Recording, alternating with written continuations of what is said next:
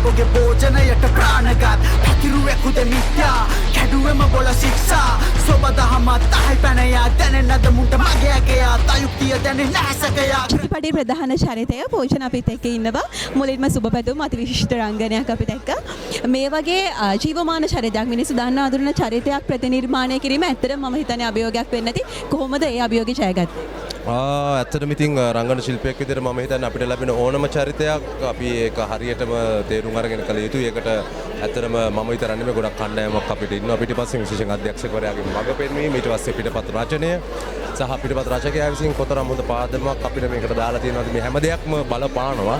ඉතින් මේ හැම කෙනාගේම මඟ පෙන්වීම යටතේ තමයි මම හිතන්නේ මට මේ චරිතය කරන්න පුළුවන් වුණේ. මේ වගේ මේ කාලේ සිනමා ශාලාවට වැඩිපුර ප්‍රේක්ෂක පිරිසක් එනවා. විශේෂයෙන් ඔබේ රංගනයේ නරඹන්න විශාල ප්‍රේක්ෂක පිරිසක් එනවා. ඉතින් වසරේ පළවෙනි චිත්‍රපටිය පිළිබඳව ප්‍රේක්ෂකයින්ට මොකද කියන්න තියෙන්නේ? ඇත්තටම මම හිතන්නේ අපි 2025 ඉතාමත් හොඳ සිනමා ගමන් මගක් තිබ්බා. අපිට ඉතාමත් හොඳ සිනමා නිර්මාණ බිහි වුණා. මම හිතන්නේ ෆාදර් කියන්නේ 2026ට ලබා දෙන හොඳ සිනමාමය ආරම්භයක් කියලා දැන් මේ ලැබෙන ප්‍රතිචාර වලින් ඔප්පු වෙලා අවසන්. ඉතින් ආරාධනා කරනවා සියලු දෙනාටම හෙට සිට ඔබේ ළඟම තියෙන සිනමා ශාලාවට එන්න ෆාදර් බලන්න. ඔයාලගේ දැනෙන දේ අපිට කියන්න.